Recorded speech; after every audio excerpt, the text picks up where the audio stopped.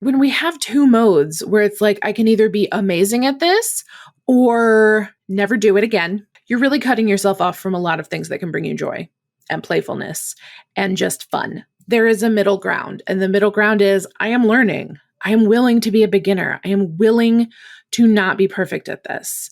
I'm willing to let go of my need for achievement and validation because, honey, that does not come from outside you. That comes from within you.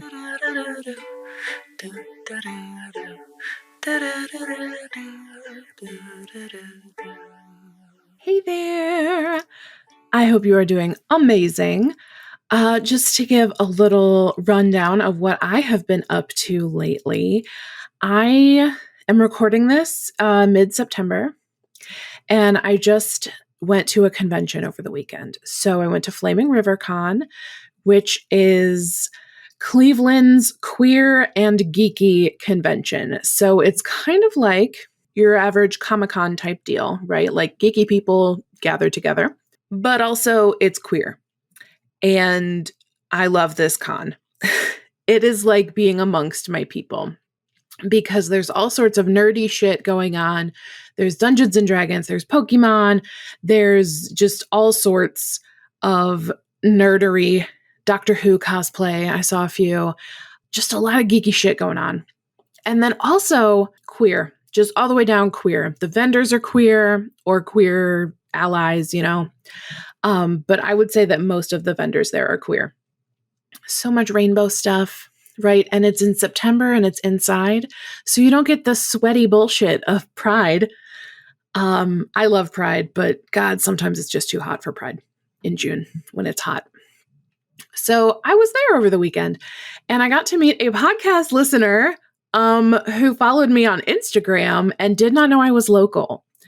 And we actually follow each other. So she followed me and then I followed her back because her handle on Instagram was so clever. I was like, yes, this person, I get them. They get me. This is going to be great. And I had no idea she was local. She had no idea I was local. And we actually both write for the Buckeye Flame. So I'd like to give a shout out to Dakota, who like stopped by my booth and totally flipped out and made me feel very famous. I felt like a celebrity, even though most of the time I feel like the random guy who lives in a cave and comes out sometimes to be like, capitalism is bad. But, you know, I was rewarded for going against my normal hermit ways. And I love that for both of us. So we hugged and it was great. And just wanted to start this episode off with that awesome thing. And depending on when this comes out, I might be in preparation mode for the Working Title Writers Retreat. So this is a 5-day retreat that I am taking all of the Working Title writers on. It's the original cohort that started with me last December, as well as all the new people who have joined this August and September. So like, it's really happening. I'm going to have to cook so much food. I didn't really think about how hard it was going to be to cook food for like 15 people, but I think I'm up to the challenge. And yeah, I might try to record just some bits and fun of us there so that I can, I don't know, put little snippets of that fun, whimsical time into the show. We'll see. And if you have decided that the time is right to write a book, perhaps I am the coach for you. So we can definitely talk about book writing. That is what I absolutely love to do. My work in this world is helping highly sensitive people. So I'm still redefining and re-clarifying my niche. And I think that high sensitivity is part of it because I am the writing coach for people who are scared to go to a writing coach who's going to be like, well, you have to write X number of words a day or else. And they feel like writing is this really rigid thing. And I am more of a soft, warm hugs approach to my writing. So that is why I work with the neurodivergent writers and the chronically ill and disabled writers, because if they're having a flare, I'm like, yeah, no, you should take a break.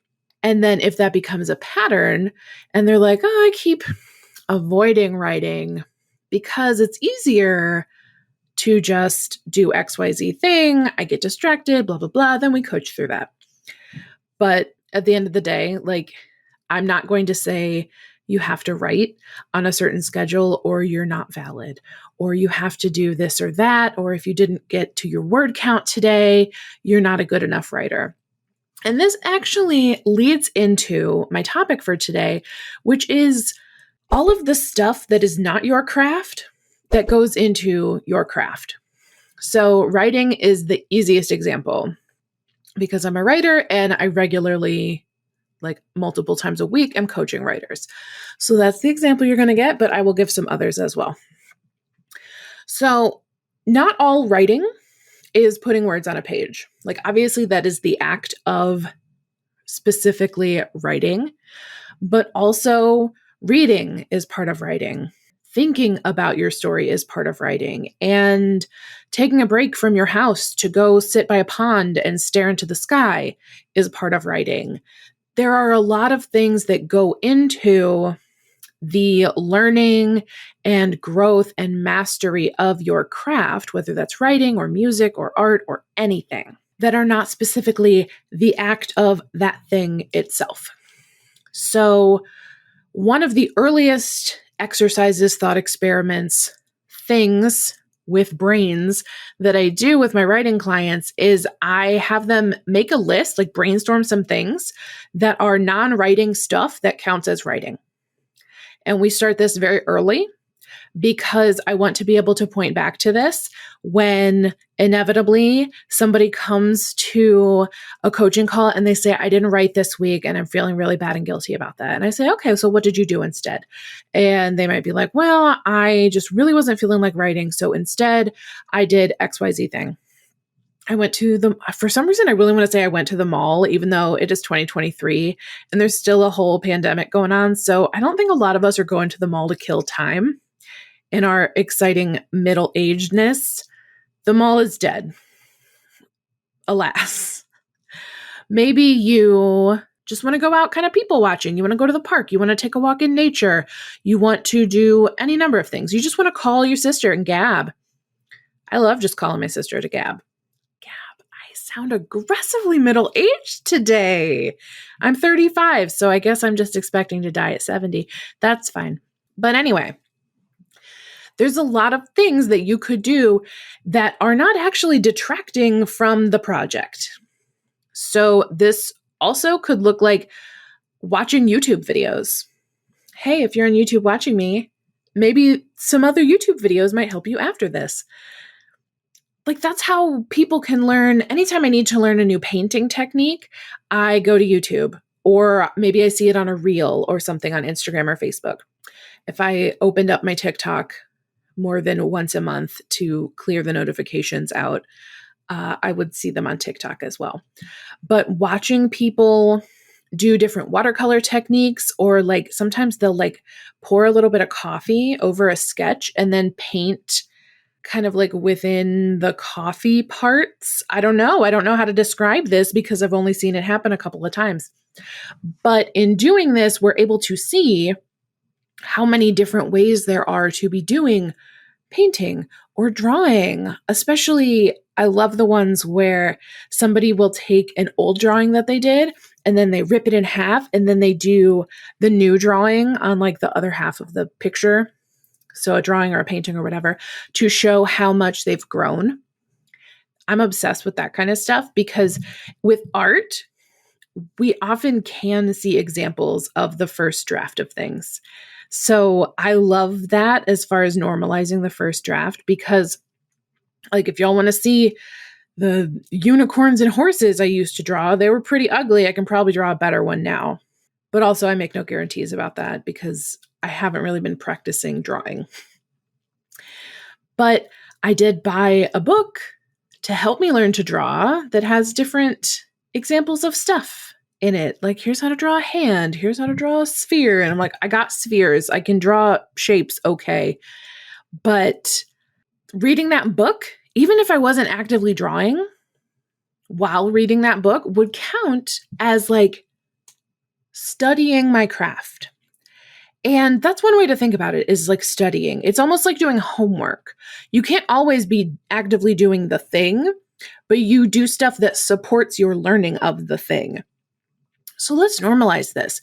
First of all, let's normalize being bad at something when we start, because sometimes we're great at things right out of the gate. We did a podcast episode on that. You can see it somewhere. Maybe we'll put it in a square on YouTube. But sometimes your neurodivergence can just be like, yes, I can see this from the 14 YouTube videos I have watched. I can now extrapolate that skill set. I'm going to do it. But there's almost always going to be some type of learning curve. One of the things I love is when people put like little teeny dots of paint and then they take a squeegee over it and it makes this really cool abstract looking art. And I know that I don't have the patience to deal with that. And so that is something that I just look at and I'm like, wow, art is amazing. And then I go back to doing what I know how to do, because that one doesn't, it interests me aesthetically and visually and I appreciate it, but it's not one that I want to do. Now, the first time I saw somebody do a giant collage, I was like, that's on my list. I know I can do that. And I did a pretty good job of it, I think. And I'm excited to try more. But part of learning how to do that is practice. So like, yes, you do need to get in there, get your hands dirty, write the words, figure out where your plot holes are, mess up the painting, understand how much water you need or how much pressure you want to use with that colored pencil. There will be trial and error in any creative pursuit, in the mastery of literally any skill, whether that skill is marketing or IT or art. Like literally everything, you have to learn it first before you are good at it. Everybody with me? Yes. Now everybody say, it is okay to be a beginner. It is okay to be a beginner. Great. Now practice that until you believe it, because a lot of you are going to be like, and then you're just going to go off and secretly think that you're going to get an A+ and a gold star. We're not doing A+ and gold stars, but you do need to kind of study, not to ace the test, but to actually engage with this passion that you have. When we have two modes where it's like, I can either be amazing at this or never do it again, you're really cutting yourself off from a lot of things that can bring you joy and playfulness and just fun. There is a middle ground, and the middle ground is I am learning. I am willing to be a beginner. I am willing to not be perfect at this. I'm willing to let go of my need for achievement and validation, because honey, that does not come from outside you. That comes from within you. Unfortunately, I'm so sorry to be the bearer of self-fulfilling prophecy news, but if all of your validation and self-esteem and confidence in your art, your music, your writing, your craft, if all of that comes from outside you, that means that everybody else controls you and your art and how you feel about it. And that is not a way to live, because you're going to drive yourself totally bananas trying to make stuff that everybody else likes. And if you make something that everybody else likes, it is probably some boring live, laugh, love crap that you can get at Bed Bath & Beyond. And that is not what we are about. We are about weird art, chaos. Bring the chaos. And also let yourself just kind of vibe and absorb the chaos without creating chaos, if that is the vibe of the day. So to wrap this up, yes, we want to kind of study the craft. This means reading, watching, spending time with people who are good at it, just kind of absorbing and observing. So absorb, observe. Sorry about that. Those sound the same. But taking time to just sort of immerse yourself in the craft that you are working on, whether or not your goal is mastery. It doesn't have to be mastery. You can just like stuff because you like it. Wouldn't that be nice? That'd be nice if you could just like stuff to like it.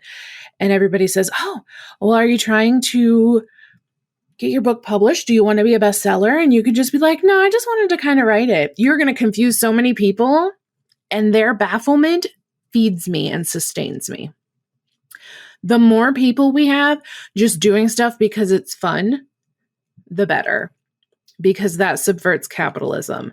Because capitalism wants you to have a dream so that it can crush it. Haha, when the dream is simply whimsy, Capitalism can't take that from you. The whimsy is within. So embrace your whimsy. I believe I was making a list of things. So step 1, yeah, you do have to like study and immerse yourself in the craft. But step 2 is you also have to get out there. You cannot just learn and learn and learn and learn and learn. You have to take action too. You have to get a little messy. You have to try it and be willing to fail. Failure is part of learning.